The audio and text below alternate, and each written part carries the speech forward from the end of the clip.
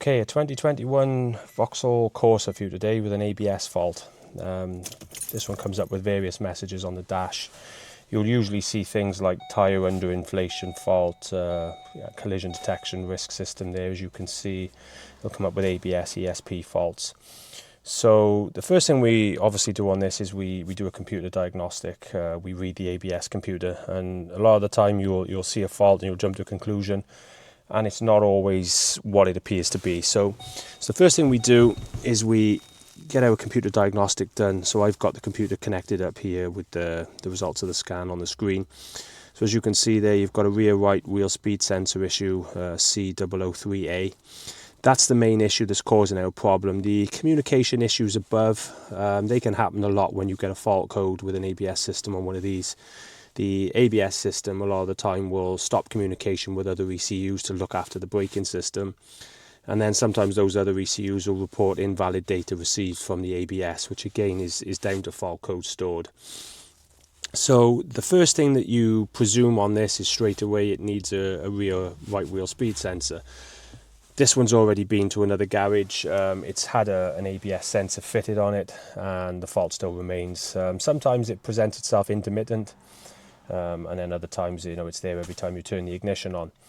So normally with one of these, you test all the wiring back to the ECU, and you get really in deep with diagnosing it and testing all the circuits. But simply based on the fact that we've done so many electrical faults and we've seen so many of these vehicles, there are common issues.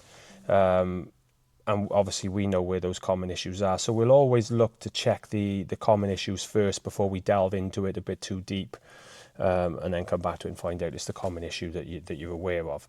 So the big issue with these, and obviously we're at a bit of an advantage because we know it's had a new ABS wheel speed sensor, but we would always check wiring first before replacing a part. So the issue you get with these is the wiring harness, it fails where it goes into the ABS sensor. So it's fitted on the back, and then it routes around the back here in this plastic channeling, and it's in a plastic insulation. So this harness fails, and usually when you pull this harness out and you have a little look around the rear, you can usually see it, and it is visible. So I'll just show you. You can see there. Just get that into focus if I can. There you are. You can see the green right by there, and that's basically where the wire is just corroded inside the insulation. Don't know why it does it. Probably wiring's not made as good, cheap insulation. But that's the issue you get. So that wire then makes and breaks contact, or in some cases is completely broken, and then you get your wheel speed sensor fault. So we're going to need to repair this. They don't make a repair loom for it, so we're going to have to make up our own wires. So I'll show you how we repair this now, and then we can get it back together and road test it and make sure everything's okay.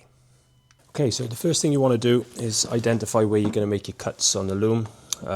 We try to keep them in places where the wire's not at the bend and it's straight. So on this one, obviously we've got no option but to cut it near where the damage is, which sits in a straight part in the channeling, the plastic channeling behind. So we're going to cut it around here, and then we're going to cut it further up where the wiring harness would sit, where these cable ties are here. So we'll cut it there, and then we'll get it joined in. It's worth mentioning, if you take the bolt out by there as well, then you're able to lift this up, and you'll be able to see the holes to put two new cable ties the other side when you want to secure your harness back down. So after you've done that, you need to make yourself a twisted pair by simply getting two wires, and it's quite simple. You just twist them together. The wiring is twisted just because it helps to reduce any interference with the wheel speed signal that goes back to the ABS computer. So once we got these made up, next thing is we want to get this fitted in. I'll show you where we do that in a minute, and we'll be using some of these heat shrink connectors, so we can crimp the wiring together, and then when you heat these up, they make a good seal to the cable, which will prevent any any water getting in, and also help to support the cable around the join so that vibration doesn't allow the cable to snap while it's in situ. So we'll move on next. We'll get this wire cut out, and I'll show you where we crimp our new loom in. Okay, so we'll start now fitting our harness in. So we'll just start at the bottom section. Get a bit of extra light on the go here.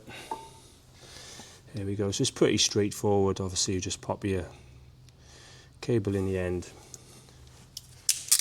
crimp that down, make sure you've got your cable all the way in and that you've got a good crimp on there. Same then for the next one.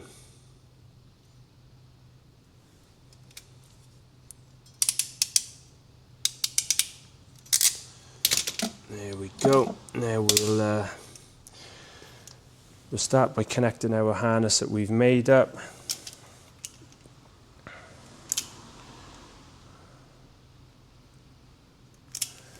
So obviously I've just spliced back the end there. Obviously don't forget which colour you use for which wire when you're joining them up, so they need to be joined to the same colour the other side.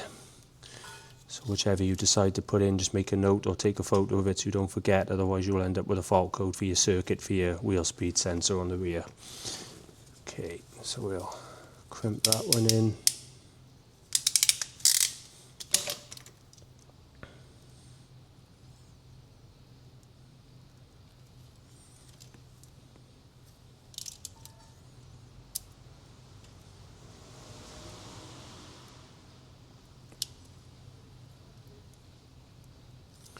This one's just being a bit of a pain.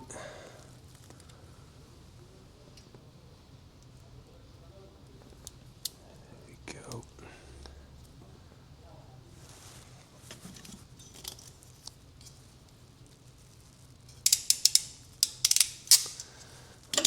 Right, so I've measured my cable length I need, so they're just about right. I've cut it down and then fitted the two connectors on the opposite end.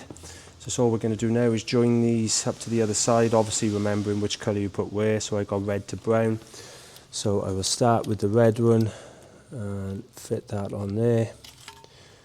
Obviously same process again, just crimp it in place. And then for the last one,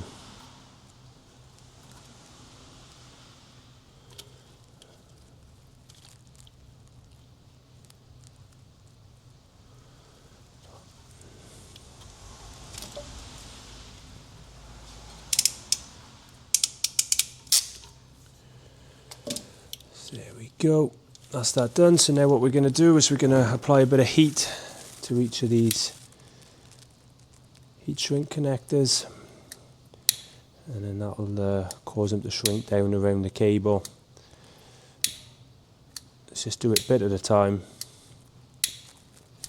So I'll get the rest of these done now, and then we'll get this loom fitted back in, connected up to the ABS sensor, and then we'll have a little look and see what it says on the computer after that.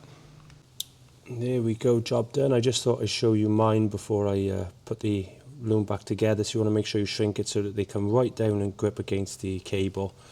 So I've done both sides, so I'm going to pop this back in the insulation now and get the insulation back and around in the channeling. And just remember, you can get these cable ties out. If you look on the bottom, you can see there's holes for them to come through, and then you can fit 2 new cable ties in there, then a couple more just here and there to hold the loom in. We'll get it plugged back in, and then we'll get it hooked back up to the diagnostic machine and see if this fault is cleared. There we go. As you can see then, my wiring back in place, so it runs around the back in the insulation. I've put some extra cable ties on it, and then the ABS sensor is just plugged in by there. Don't forget to make sure that the connector is locked into place properly. So next thing now is we're going to go back to the computer. We'll get the ignition on and we'll see if our fault's clear. So, right, ignition's on. Go back. Read the faults again. There we go. Right, now we can clear that.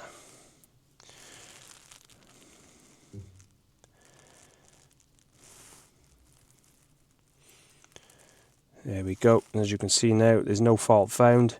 So I'll just go through any other ECUs and clear those down in case there's any remote faults from any of the other computers. And then we'll take this on a road test, and as long as all's well, this will be good to go back to the customer. So that's our road test done. No lights have come back. Scanned the ABS ECU, no ABS faults have come back, so that's a job done. This one's ready to go back to the customer. So we appreciate you watching. If you'd like to see more content like this and other common faults and fixes and advice going forward, then we'd really be grateful if you'd hit the subscribe button. We appreciate your support, and if you have any questions, then just post them in the comments and I'll do my best to get back to you as quick as possible. Have a good day and thanks for watching.